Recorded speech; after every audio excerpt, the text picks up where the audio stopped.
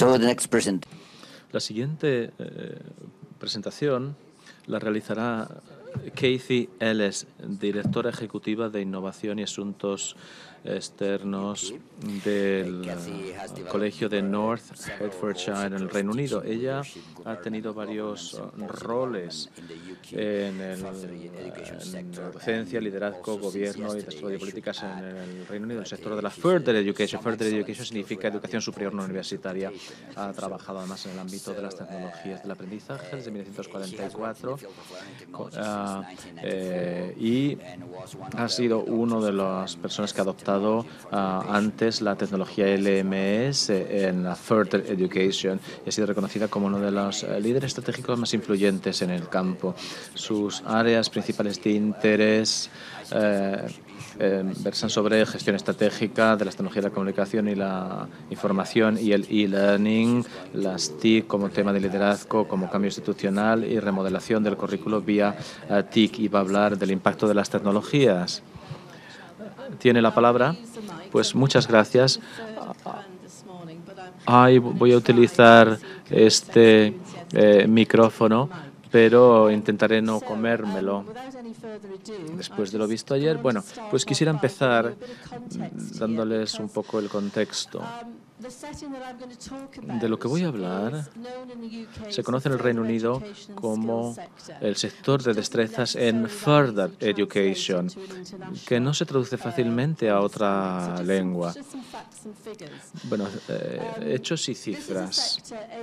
Este es un sector básicamente dedicado a la formación vocacional o profesional, las destrezas que se necesitan en el ámbito laboral. Y aquí tenemos ciertos datos y cifras. Tenemos, por ejemplo, lo que pone aquí land base, lo que se basa en la tierra, son temas relacionados con la agricultura. Aquí, en esta diapositiva, hablamos de los recursos. Es un sector con financiación pública, por lo tanto, son fondos públicos. Estas cifras eran así hasta el año pasado. No tenemos todavía incluidas las cifras del 2012. Son cifras bastante significativas. Después de oír al último ponente hablar de los 2,4 millones de adultos que han estudiado en los colegios de Further Education, ahora tenemos un número mayor que quieren hacer Further Education dentro de la educación superior, por un cierto número de razones. La demostración o presentación que voy a realizar aquí hoy, bueno, pues resulta que he hecho 3 cambios en cuanto a título. Ya no soy directora del Norfolk College, sino que voy a hacer algo que tiene que ver con lo que ven en esta diapositiva, el Learning Futures Lab. Una de las cosas a que me dedico es un curso de doctorado de la Universidad de Newcastle bajo la tutela de Sugata Mitra. En concreto, vamos a dedicar a una cosa en el Reino Unido que se llama Vector. Cuando trabajas en una agencia gubernamental, pues tienes que tener en cuenta lo experimental que vas a ser. Esto yo había pensado hacerlo, durante un año lo dejé en el tintero, pero luego he vuelto. Y básicamente tiene que ver con el impacto de la tecnología en el ámbito laboral y las destrezas tecnológicas que se requieren en el ámbito laboral. Y la presentación de Peter me ha preparado bastante bien el terreno, en particular con su vídeo sobre cómo las destrezas tienen que cambiar. Y de hecho están cambiando a un ritmo tan exponencial que están cambiando potencialmente incluso antes de que los alumnos empiecen a estudiar en los colegios de Further Education. Para aquellos de ustedes familiarizados con todo esto, no les voy a dar gran detalle con la ley de Moore en concreto, pero en 1965 se predijo el doblaje o el doblamiento cada 2 años de los transistores,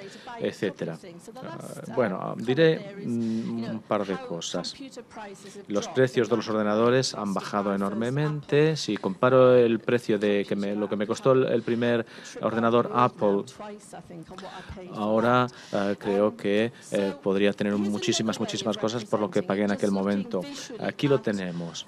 Veamos visualmente la capacidad de procesamiento en el 2000 y el coste. Estas diapositivas las tendrán a su disposición, no se preocupen. Bueno, pues lo que costaba 1.500 libras esterlinas en el 2000 ha bajado enormemente. La memoria RAM, todas estas cifras que luego verán al final mejor de la diapositiva, porque tendrán las diapositivas de la conferencia, porque tendrán diapositivas, las podrán comprobar. Todo lo que nos quiere decir esto es toda la noción de la obsolescencia. He tomado estas imágenes de Sugatra, que ha hecho un par de charlas recientemente sobre el futuro del aprendizaje y he estado trabajando con él. No puedo, claro, repetirlo con toda la expresividad que él utiliza, pero la radiografía, ¿se acuerdan de este dispositivo para la música que teníamos, para el aparato de música que teníamos en nuestros salones? Bueno, este mueble. Bueno, pues parte de esto se ha desmaterializado, lo cual expresa bien la idea de la obsolescencia. Hemos pasado desde un mueble tan grandote a distintos magnetófonos, unos que se pueden llevar como el Walkman, luego un MP3, luego el iPod Nano y finalmente el iPod en tu muñeca. O sea que con esto vemos lo que ha ido sucediendo. Estas son cosas con las que vivimos y experimentamos diariamente y cómo nosotros como instituciones educativas estamos preparando a nuestros estudiantes para que trabajen en esta especie de entorno tan ágil y volátil. El modelo industrial en su época fue muy efectivo. Ahí tienen a los niños que los enseñábamos en filas de pupitres, vemos a los adultos también, y luego los poníamos en filas de mesas en el trabajo. Por ejemplo, en el contexto del Imperio Británico, y Sugatra tiene una diapositiva que muestra que desde Londres, Londres tenía que formar a todas estas personas en el mundo para que el imperio funcionase en toda la parte administrativa. Pues en aquel momento fue muy efectivo el sistema, fue tan efectivo que tiene tanta resistencia al cambio. Pero hablemos ahora sobre cómo esto está cambiando. Tenemos aquí a esta señora o señorita a la izquierda, con ese atavío tan formal y como las secretarias de aquella época.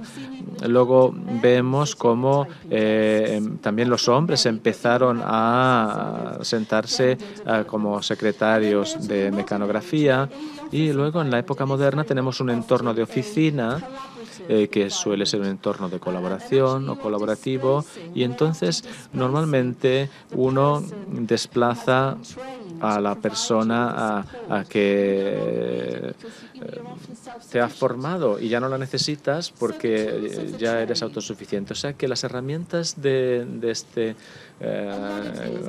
comercio o negocio en sí, o de la profesión, aquí las tenemos. Aquí tenemos en la derecha abajo una especie de cementerio de máquinas de escribir, y al final tenemos reconocimiento del habla. La precisión del reconocimiento del habla en los dispositivos es tal que entonces la pregunta es ¿qué finalidad puede tener una persona ya en la oficina? Si miramos en Google y hacemos una búsqueda escribiendo Virtual PA, pues yo recibí 28.000 resultados. Y esto me llevó a una empresa con sede en Grecia que tiene como nombre Virtual Miss Friday. Y entonces una persona se llama Michelle, inglesa, que desde Grecia da apoyo a gente por todo el mundo, mucha en Europa y mucha en Estados Unidos, y ella hace lo que esperarías que hiciera una secretaria de oficina, te saca billetes para viajes, en fin, te gestiona todo. Toda una gama de cosas que puede hacer enorme.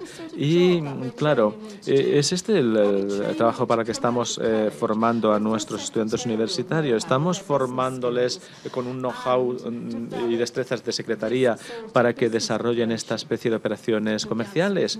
La respuesta es no, no estamos haciendo esto mismo. Y yo entonces he analizado uno de los organismos que entregan diplomas en el Reino Unido. En concreto, en este caso, es un curso de destrezas de secretaría y de asistente ejecutivo de alto nivel. Entonces, he estado analizando cómo las especificaciones de este curso han cambiado o no han cambiado a medida que se han ido produciendo cambios en el ámbito laboral. Y aquí vemos en el centro, seguimos esperando que las gentes hagan audiotranscripciones. Estas son especificaciones actuales de un curso de ahora. No hay menciones a herramientas aparte de Microsoft Office o algo de código abierto, open source. O sea que estamos alimentando esta especie de fábrica como la máquina de salchichas que oímos. Y en cuanto a un contexto específico en el Reino Unido, como oíamos esta mañana, este no es un término que conocerán. Esta es la palabra, de hecho, de Dole Street significa la calle del subsidio, más o menos viene a significar. Ilustra el problema global del desempleo. Y está trabajando estoy haciendo un trabajo con el profesor Vitra respecto precisamente a esto, que daremos más datos dentro de un par de semanas. En concreto, hemos hemos oído hablar de los problemas de desempleo anteriormente y las cifras se repiten en las naciones más desarrolladas. Hemos recibido 6,1 millones para este proyecto y ahora para formación en educación y empleo hemos recibido 4,4 millones para las distintas edades, 6,1 millones para 16-24 personas de 16-24 años y 4,9 millones para estas personas también de 16-24 años, pero en educación, empleo y formación. Lo que se les formó a estas personas es para hacer trabajos que eran válidos hace unos años y ahora ya no son válidos. Este es un problema importante. Pensé que sería importante poner esta sigla en la diapositiva. Tenemos un término en el Reino Unido que se escribe NEET, NEET, jóvenes que no están ni en la educación, ni en el empleo, ni en la formación. Es decir, los ninis, soslayando los problemas importantes que hay de tener tantas personas que ni tienen compromiso ni realmente se ha invertido mucho en ellos por parte de la sociedad. Es un problema muy importante y es un problema que no está desapareciendo a medida que transcurren los años. ¿Y por qué tenemos algunos de estos problemas? Hemos hablado del ranking de resultados, pero aquí con estos datos vemos que hay un número significativo de adultos, jóvenes adultos en el Reino Unido que les faltan destrezas o habilidades, las que esperamos que tengan personas de una edad de 16 años. Hay un 15% de adultos que les faltan alfabetismo o destrezas de alfabetismo. En mis conversaciones con Michelle, bueno, ella es ágil, es activa, tiene un buen conocimiento del inglés. Esta mujer que hablaba que está en Grecia, en la empresa, pero en fin, hablamos sobre si realmente no estamos dotando a los estudiantes con las destrezas que cada vez son más necesarias en un mundo como el que tenemos hoy en día. En cuanto al paisaje que tenemos en el Reino Unido, actualmente, en educación y formación profesional, todos tenemos ejemplos en nuestros propios países, pero todos exigimos o tenemos demandas de más destrezas. Les contaré una historia personal. Un miembro de mi familia es abogado en la ciudad y un día me decía que había estado trabajando mucho el fin de semana y lo había enviado al servidor y le pregunté, ¿qué significa que lo has enviado al servidor? Es que tenemos un servidor digital en la oficina y sencillamente transcribe todo lo que hacemos y entonces nos los vuelve a enviar, de tal manera que el lunes por la mañana podemos echarle una ojeada y ver si ha recogido todas las siglas, toda el lenguaje técnico y si ha hecho una buena edición a ese nivel. Y a esa persona se le pagan 50.000 libras esterlinas por año por hacer ese trabajo. Lo que no hace es sentarse y hacer las cosas de automatización. Se sienta aplicando destrezas de alto nivel. O sea que esto es un problema importante en nuestro caso. Otra cosa a mencionar, y es cierto en el Reino Unido, es que tenemos un sector público que contrata y a veces se tiene la idea de que todo lo que hace el sector público es un derroche, o sea que lo que estamos haciendo ahora es reformulándolo y ello ha supuesto cierto desplazamiento, a veces con un outsourcing en el extranjero, pero es un problema enorme la contratación en el sector público.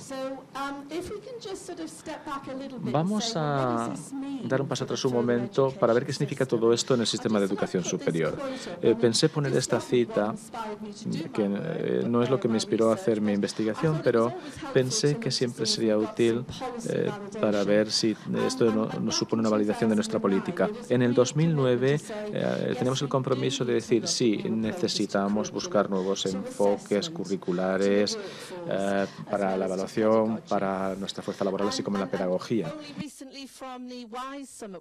Y estoy seguro que algunos de ustedes habrán estado en Doha recientemente y oyeron a Andreas Schleicher hablando de la breve naturaleza de las destrezas, el que se vuelven obsoletas muy fácilmente.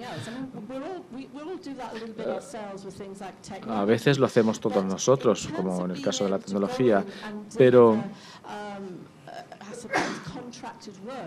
si queremos realizar trabajo contratado, esta obsolescencia de las destrezas tecnológicas es un auténtico desafío. En fin, ¿qué es lo que estoy intentando yo hacer?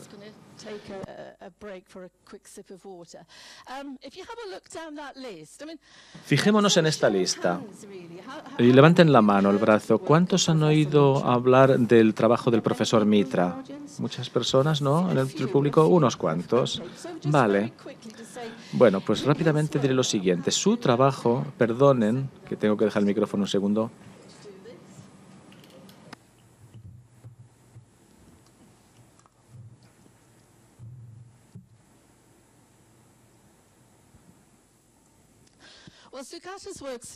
El trabajo de Sugata empezó hace unos 13 años en Delhi. No les daré muchos detalles. Lo podrán ver si pongo unos enlaces en Internet, sobre todo las 10 charlas que él ha dado. Bueno, lo que él encontró en su experimento en que colocaba pues ordenadores en los arrabales de Delhi, en otras zonas remotas. Bueno, pues estas son las cosas que en su investigación pudo demostrar por la evidencia que encontró sobre qué funciona y cuál es la finalidad de alentar a que los niños trabajen quitando al profesor de en medio. Él decía que el número óptimo de un grupito de alumnos es 4 o 5. Básicamente, el profesor o la profesora se encuentra ahí pues para hacer preguntas. Y quizás, como se decía esta mañana por parte de un ponente, quizás posibilitarles el que accedan a Google y luego dejarles para que ellos experimenten la autocorrección, que es una destreza muy importante en el mundo informático de hoy en día, con tanta información en línea. Bueno, pues estas son las cosas que se han explorado en el currículo de primaria. Y por lo tanto, a partir de ello, estamos lanzando una hipótesis basada en estos resultados y pensamos que a través de nuestros experimentos vamos a ver estos cambios, estos beneficios en la formación profesional o vocacional del currículo de formación y educación profesional. La noción del self-organized learning, el aprendizaje autoorganizado, este es un término original de Sugata Mitra.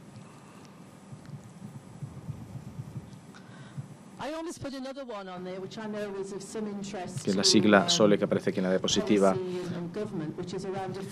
Y hay otra cosa que tiene que ver con déficits.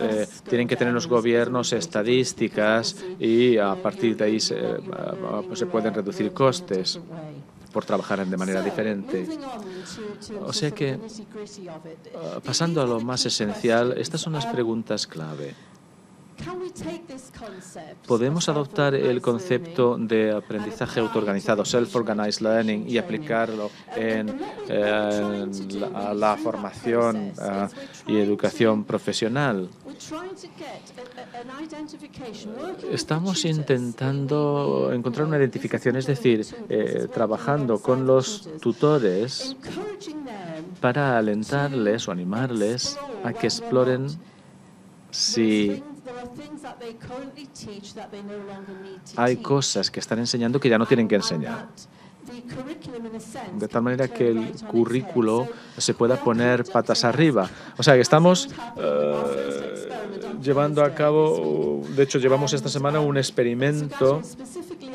Sugata pidió específicamente el que se trabajara con los estudiantes de la categoría NEET, los NINI, por así decir, de aquí, en un proyecto y trabajando con el ayuntamiento local o el ayuntamiento de distrito local, con esas personas que no van a continuar ya su educación, pero que a través de este proyecto están aprendiendo todo un conjunto de destrezas profesionales, construcción, peluquería, auxiliar de hospital, etcétera, para ver si esto los anima y como desafío. Ese es el grupo con el que se va a trabajar. Y lo que hemos estado haciendo es trabajar con los tutores, como decía, para identificar los objetivos curriculares, porque no queremos cambiar los objetivos curriculares. La finalidad de este experimento, de estos experimentos, será si pueden funcionar en cuanto a poder proporcionar los objetivos del currículo. Por ejemplo, hoy vamos a aprender cómo vamos a medir una sala para poner papel pintado, ¿no? Bueno, pues al final de la sesión o 2 sesiones, eso es lo que tienen que haber aprendido los alumnos. Y eso es lo que vamos a ver en las evaluaciones. Por lo tanto, vamos a tener unas cuantas sesiones pre-experimento, vamos a trabajar con los profesores, cosa que detallaré a continuación. Y me estoy fijando en el tiempo para ver si me paso o no. Y les quisiera mostrarles algunas cosas que hemos hecho pues, con los profesores. Y tenemos un módulo de contingencia también a nuestra disposición. Eso es importante porque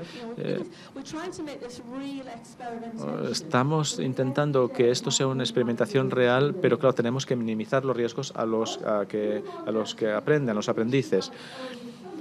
Durante el verano hemos desarrollado algo más. El profesor Mitra ha estado como profesor visitante en el Media Lab del MIT, del MIT, Massachusetts Institute of Technology. Yo también he ido allí y esto ha hecho entrar otro concepto en mi investigación, en el trabajo que estoy realizando, aparte del que hago con Sugata.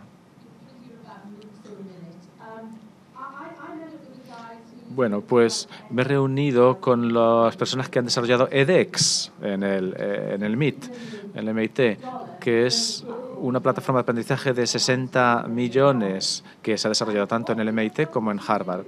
Y lo que vamos a hacer a partir de ahí es que en primavera del 2013, con los colegios y facultades con las que estoy trabajando, y diré más cosas dentro de un momento, vamos a probar este concepto del aprendiendo a aprender a través de la programación informática. He tenido varias conversaciones interesantes con Nicolás Negroponte y estamos reflexionando y estoy en el proceso de redacción.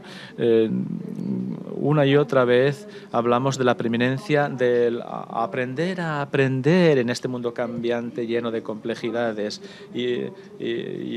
porque esto es la moneda que nos va a dar todas las diferencias de cara al futuro si podemos obtener los recursos para competir a nivel individual y global. Por lo tanto, vamos a establecer dos cohortes. Una cohorte que va a realizar el programa sin ningún contacto local, es decir, van a ser parte de esta comunidad global del edX, y la otra cohorte va a realizar el programa con facilitación local. Porque quiero yo probar tres cosas con esto. Quiero probar este concepto de MOOC que a todo el mundo le interesa tanto, cuáles son los factores de éxito crítico. He leído artículos interesantes en que las universidades decían, tenemos varios cientos de miles de estudiantes en este curso y el índice de retención es como el 7%, pero un 7% de una cifra tan alta, pues una cifra a la que no se llegaría normalmente. Pero claro, esto pasa por alto el sentimiento potencial en el que aprende de que está fracasando.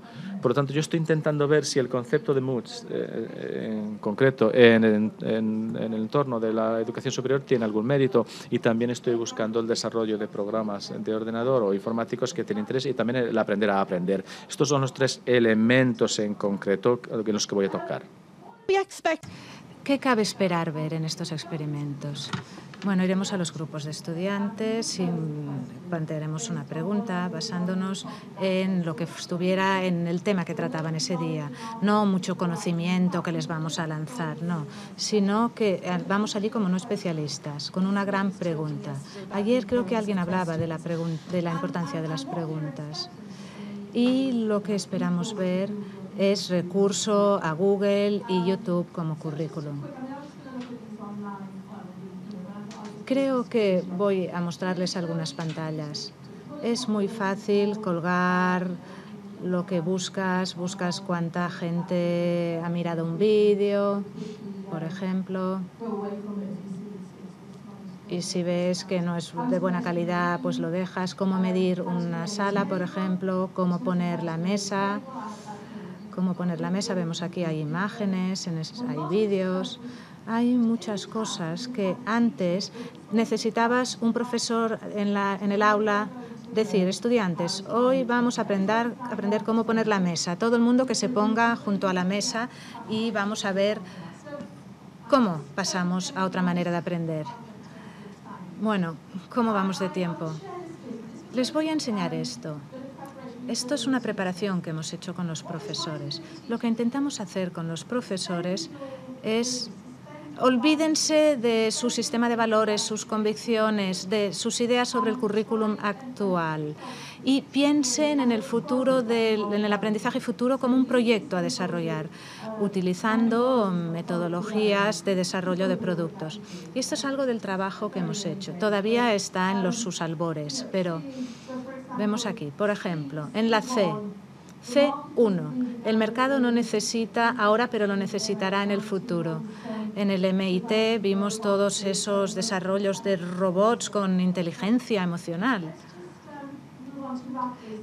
Bueno, voy a acabar, pero antes varias cosas. Estas son las preguntas clave que planteamos a los profesores con los que trabajamos.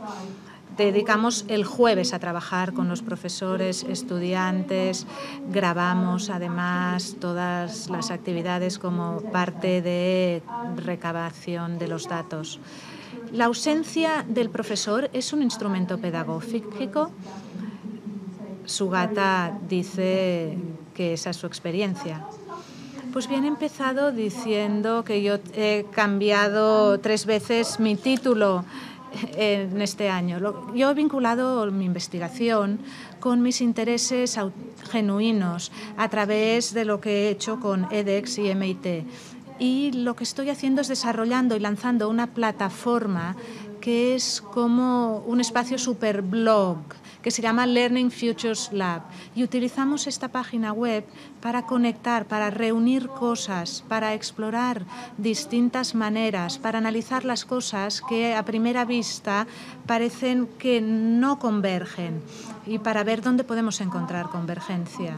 Mi comentario final es que yo he cogido ese concepto, lo he llevado a 2 colegios, he hablado con los directores de los colegios y ambos me han dicho, sí, queremos ese proyecto, ¿nos puede ayudar a crear algo parecido? Kurt Fischer, ayer hablé con él antes de la cena y le dije, quién sabe, quizá lo que buscan en este concepto de Learning Futures Lab es similar a lo que él nos dijo ayer sobre las escuelas de investigación. Eso es tomar experimentación y llevarla a la propia institución para ver qué es lo que funciona y aprender en beneficio de todo el mundo. Muchas gracias por escucharme.